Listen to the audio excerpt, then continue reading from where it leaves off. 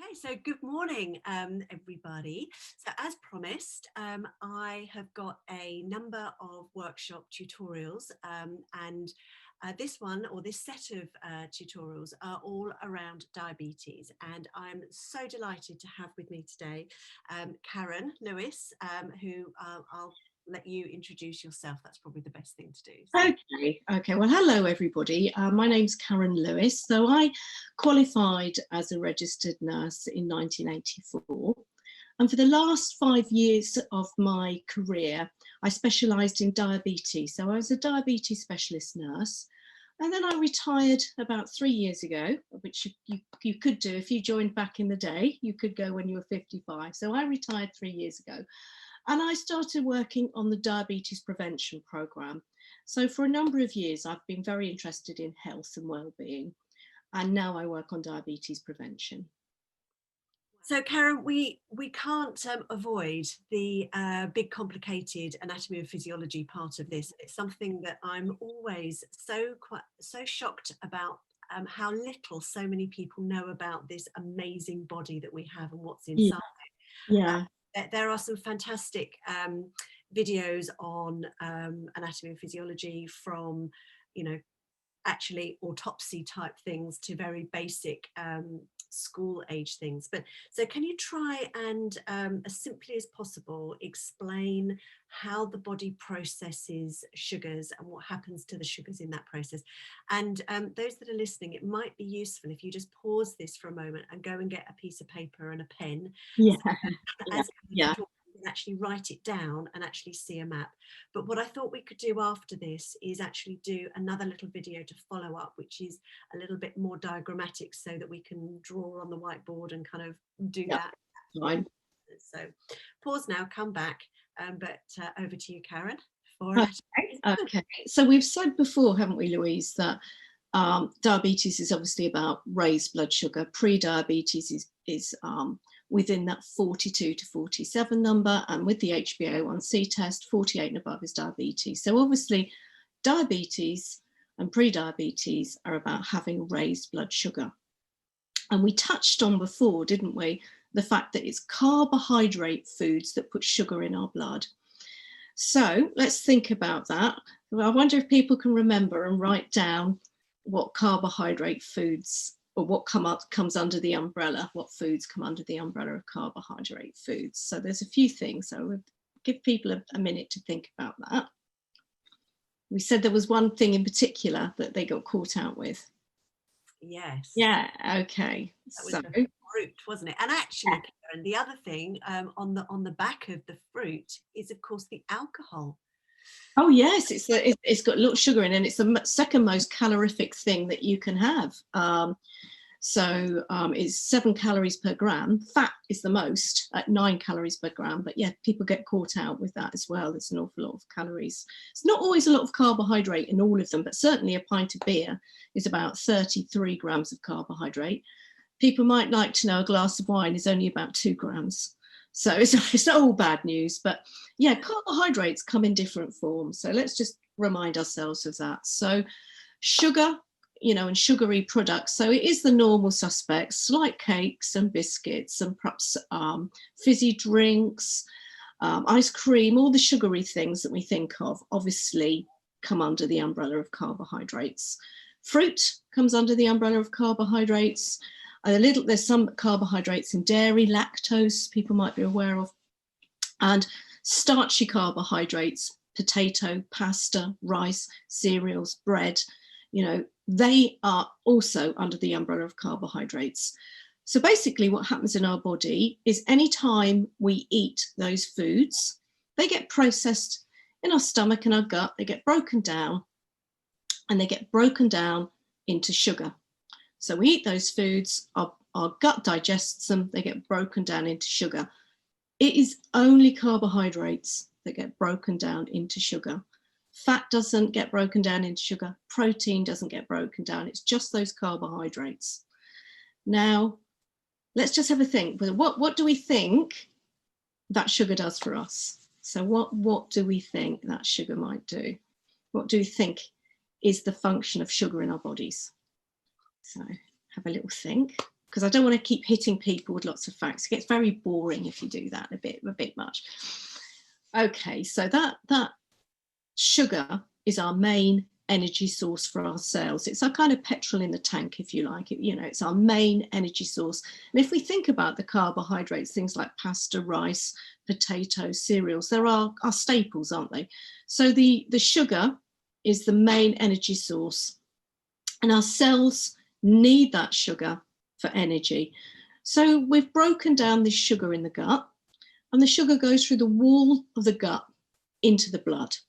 So carbohydrates are eaten, they're broken down, and they get into the blood from the wall of the gut when they're broken down. Cells want that sugar for energy. So that's the purpose of it. But something has to happen to enable the sugar to leave the blood and get into the cells. So again, going back to school, or as you say, Louise, a lot of us weren't taught in the first place, were we, the anatomy and physiology? Have a little think, what happens? So we know how the sugar's got in the blood. How is it going to get into the cells? Okay, so the answer to that is there's a hormone our pancreas produces called insulin. So the pancreas is this sort of tongue-shaped organ that sits under our stomach, and it's quite clever. It can pick up when our blood sugar's gone up, and it will produce this hormone called insulin. So it gets into the blood, insulin, and it's running around the blood with sugar. And when we think about insulin, we think about a key. So we've got this insulin running around, and it's a key, and it opens the door of the cells, and opens the door of the cells, and it lets the sugar go in. So that's how we work normally. We eat carbohydrate foods. They're broken down into sugar by the gut. They go through the gut wall into the blood. The cells need it for energy. Insulin comes along, opens the door of the cell. The sugar leaves the blood and goes into the cells, and we have energy. So we've got happy cells, okay? And we've talked before, haven't we, with signs and symptoms, that one of the signs and symptoms of raised blood sugar is we feel tired. And that's because there's some issues with insulin quality, and that sugar's not getting in the cells as effectively as it could be. And that's one of the reasons we can feel tired. So that's how we work normally. Okay, so we'll go on now to think about what happens in type 2 diabetes. So we just remember, if people thinking back to that first podcast, there's different forms of diabetes. We know diabetes means raised blood sugar, but type 1, can anybody think again about type 1? What's going on there? So I don't know if we talked about the fact you get signs and symptoms of raised blood sugar, and you certainly would with type 1 diabetes. So if you remember, type 1 diabetes is where the immune system kills off all the cells in the pancreas, and they produce no insulin, and it's often children and young people. So obviously, if they haven't got any insulin production, their blood sugar goes up rapidly, because there's nothing to get that sugar out of the blood and into the cells. So type 1 diabetes people present rapidly with those signs and symptoms we've talked about before, Louise, with thirst, passing urine, infections, tiredness, rapid weight loss with type 1 diabetes, because they have to burn the fat to try and get some energy for their body. So that's only 10% of cases, if that. And what we're talking about now, or what we're going to talk about now, is type 2 diabetes, pre-diabetes and type 2 diabetes. Okay, so we've said insulin is needed to get the sugar from the blood into the cells. And what can happen with lifestyle factors is the quality and the amount of insulin we produce can be impacted through lifestyle issues, particularly carrying weight. And if we're only really interested in terms of diabetes about weight around our tummy, if we carry weight around our abdomen, it affects the quality of our insulin. It doesn't work as well. So if our insulin doesn't work as well, our blood sugar's up. So that's one reason we can get prone to pre-diabetes and type 2 diabetes, is because we carry weight. And as I say, ladies, if you're a type of lady with a big bottom and big legs and a slim waist, you're healthier in terms of risk of diabetes and heart disease than if you're like me, a 5'2" shorty who would carry it. I'm an apple, you know, if I carry weight, it would be around my tummy. So carrying weight for a man or a woman around your abdomen can impact on the quality of your insulin. And because it's not working as effectively, your blood sugar go up. So that's one thing that can happen. Some people are normal weight, and we've talked about this before, haven't we, Louise, that some people can be normal weight. So they might have a genetic tendency towards diabetes, so they don't tolerate carbohydrates maybe as well as other people.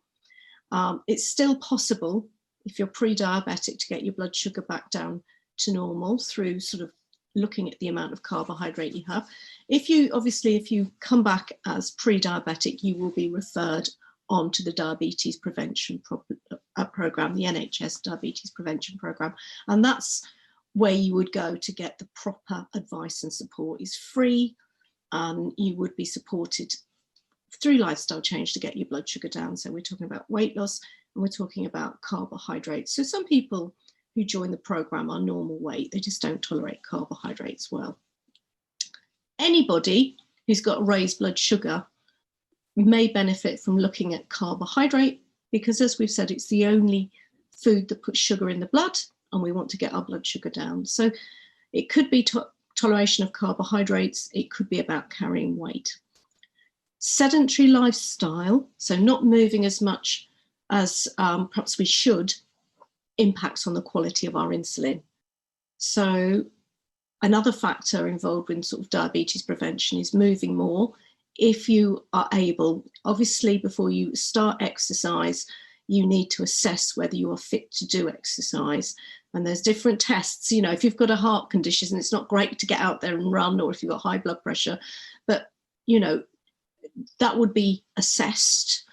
And you need, if you're unsure, you talk to your doctor about what your exercise limits are, but certainly moving more can improve the quality of insulin. So it's all about keeping your pancreas working as yeah, it's all about improving that quality of insulin, or not putting as much sugar in the first place. The last thing that impacts on your blood sugar is stress. And actually, if you're stressed, we've got this mechanism called the fight flight stress mechanism that we've evolved with, sort of from cavemen days. If you think about it, when we were, you know, back in those sort of dark days, you were flight, you were either running or you're fighting, you know, survival, wasn't it? And we've evolved with this mechanism of when we're stressed, the liver, which stores sugar, will pump it out into the blood. And if you were running away, or you've got to fight, having extra sugar on board was a great idea. But hopefully we don't live like that anymore. So it's more a hindrance, because, you know, if you've got, like, as I said before, I've got 3 daughters. If back in the day when they could go out clubbing, if they were out there 2 o'clock in the morning, I'd be sitting at home stressing. Having extra sugar pumped in my blood is no benefit to me, you know, but that's how that mechanism evolved. So there's 4 things that can impact on our blood sugar. Genetics, perhaps being a 5th can play a part. So, you know, but if you've got raised blood sugar and you're pre-diabetic, just because it runs in your family doesn't mean to say you can't get your blood sugar back down to normal. So it is about weight. I'd say about 70% of people on the diabetes prevention program are carrying weight, and they lose some weight. We don't have to be perfection, you know, we don't have to be Ken and Barbie, but if losing some weight can impact on the quality of our insulin, bring our blood sugar down. If we move more, improves the quality of our insulin, brings our blood sugar down. If we look at how much sugar we're putting in the first place through our diet, and looking at how much carbohydrate we have, we can bring our blood sugar down. And managing stress so that we're not getting this sugar released from the liver into the blood can help bring our blood sugar down. So there's a number of lifestyle factors that impact on our blood sugar. So we're gonna look at that in a bit of detail, but is there anything else that we need to be concerned about with our pancreas and our quality of our insulin? Is there anything else that we can do to improve that and keep our body healthier? Well, certainly, if you're looking, I would suggest that everybody goes for their well man, well woman appointment, because we've already said most people will not have symptoms. So they have the HbA1c blood test, which would let them know where they are, whether they've got normal blood sugar, whether they're pre-diabetic or whether they're diabetic. Even if you get a diagnosis of diabetes, if it's at that lower range, 48, they may well suggest lifestyle changes to bring it back down to border, the pre-diabetic range, and then you could get it back to normal, or they may find that treatment is necessary. But the important thing, even if you've got diabetes, is to get good blood sugar control. So, you may have family members out there who are already diabetic. If they've got good blood sugar control, they're much less likely to go on and get the complications of diabetes. So attending well man, well woman appointments to assess your risk is important, but it is things like exercise, eating well, having a healthy weight, and obviously trying to manage stress and as successfully as we can. And I think actually of all those things, stress is the hardest, because sometimes that's other people or our job or the mad world we're living in. I think that's the hardest thing at the moment. A whole nother discussion, isn't it? Yeah. In our series, we've got a number of we've actually got a guided meditation to help people. Brilliant. Anyway, so let's pause it there. Let people digest that section, and we'll come back with actually how we can be proactive. So I'll talk to you.